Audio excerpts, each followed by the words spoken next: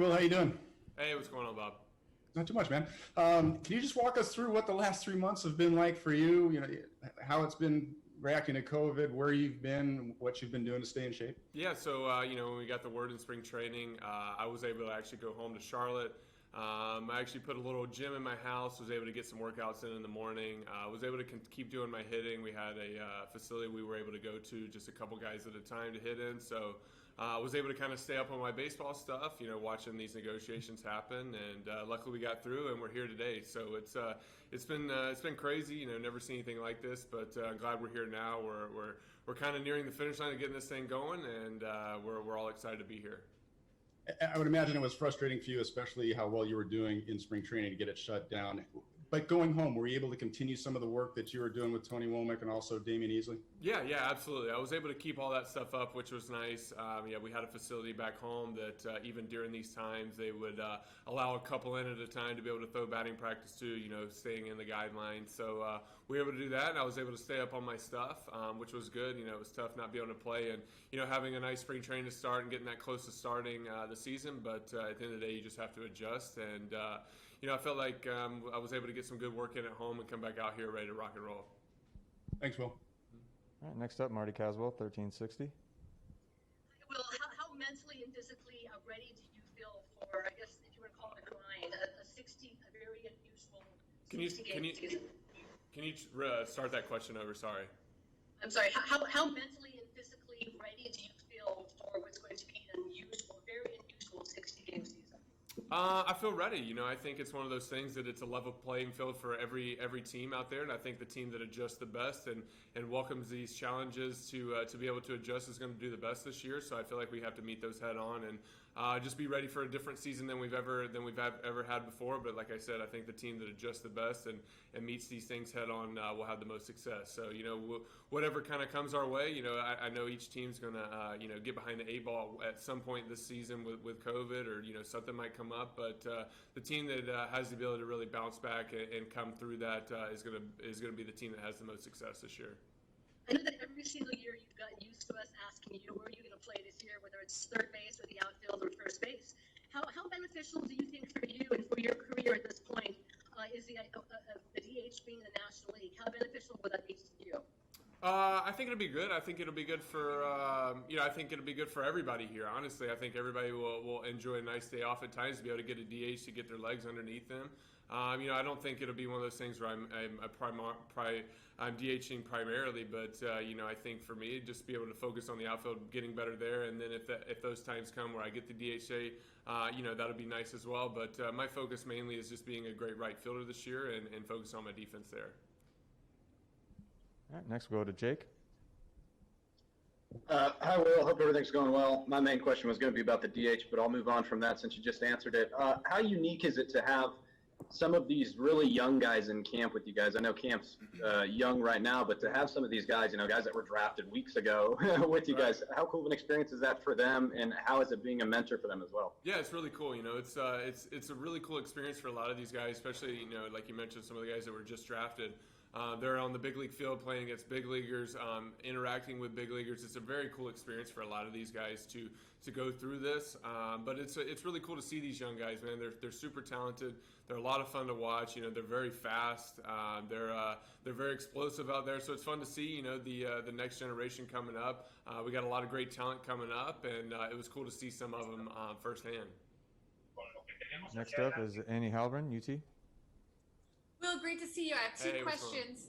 The first one is, you're a no-nonsense guy. What is your take on things like piping in crowd noise and music and stuffed animals and seats and whatnot in a season where you guys won't have fans? I think it's, I think it's kind of cool to see some teams, adjusting to it, putting whatever they want to the stands. I think it's just a cool way to kind of, get some fans involved a little more. You have to adjust to these types of times. And, whether it's playing the crowd noise or music or, the stuffed animals, the cardboard cutouts, whatever it is, I think it's a cool idea. I like seeing the teams adjusting and finding new ways to get people involved and, making our game fun in this situation.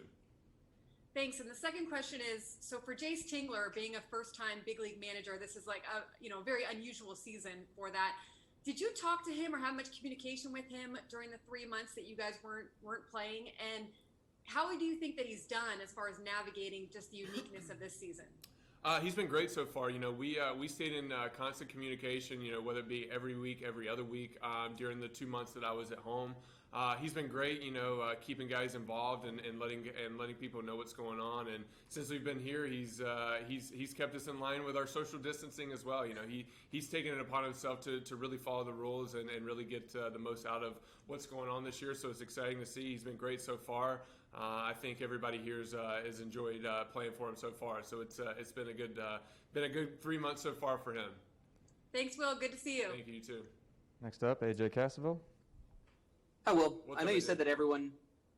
I know you said that everyone pretty much is under the same constraints with the season. It's 60 games for everybody, but I'm just curious what you think strategically might be different this season in terms of the way the game is played, whether it's bullpens or days off for guys, or just how a 60-game season versus a 162-game season might look. Yeah, I think the biggest thing from a gameplay perspective is definitely going to be the use of the bullpens. I feel like it's going to be postseason pitching from opening day on. I think guys are going to go to their bullpens, especially with a 30-man roster to start.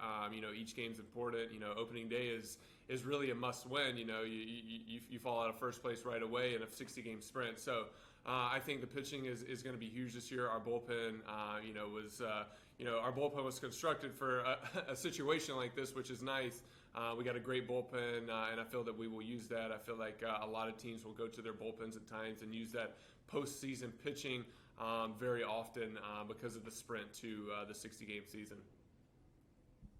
All right, next up, Darnay Tripp.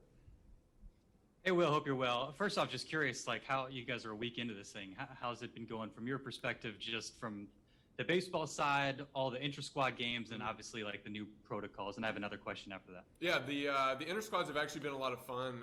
There's some friendly competition out there. There's some nice trash talk going on, which is a lot of fun at times.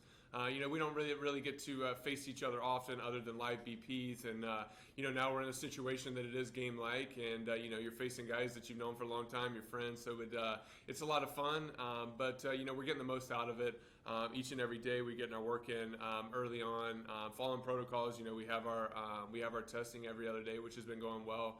But other than that, the inter-squads have been a lot of fun. We're getting a lot out of them, We're facing a lot of good pitchers on our side. When we face our bullpen, I faced Kirby and Pagan yesterday. They were, those are two tough at bats, and you won't face too many tougher at bats than that. So it's good to kind of see guys like that here, and going into the season facing guys that we have guys that are as good, if not better than.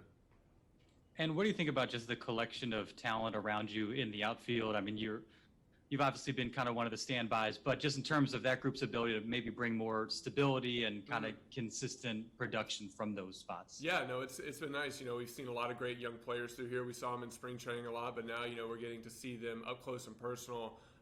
Especially Oliveros, I've seen him play, man. He's really good, man. You see guys like that come in. Naylor, same way. He's been hitting really well here and really taking a step on his defense. So it's been really cool to see a lot of guys like that come in.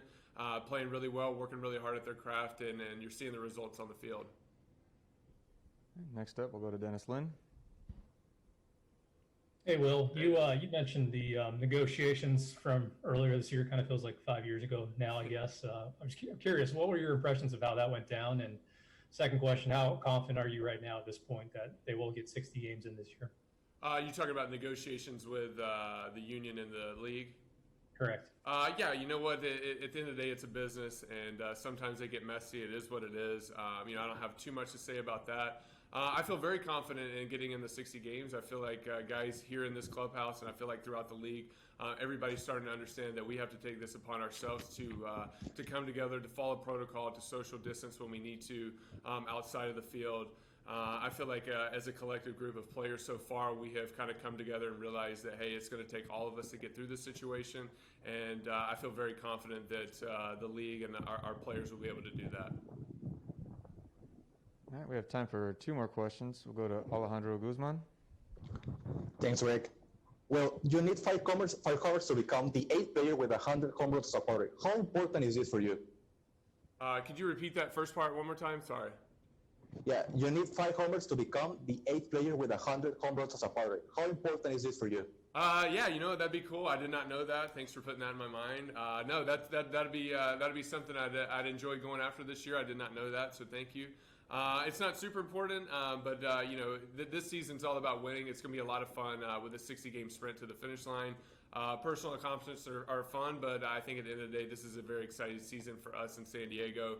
We have a chance to really play some very meaningful games late in the stretch this year, which should be a lot of fun for us and our fans here in San Diego. Thank you. And we'll finish up with a last question from Kevin AC.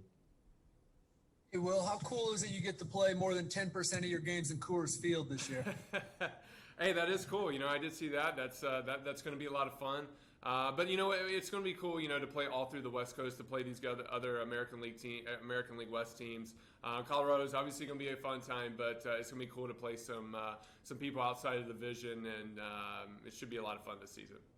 Hey, how long ago does it feel like all the stuff, I don't know if you know what I mean by that, all the stuff that we were all asking you about in spring, and how good was it to get some separation from that in the last few months? Yeah, it's been good. I tell you what, I felt good in spring training. I was really hoping to kind of continue that, especially offensively, but you have to adjust. It was good to kind of get away.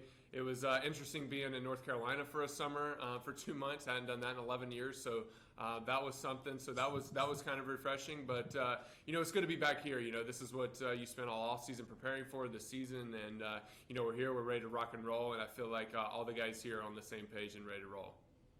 Thanks, man.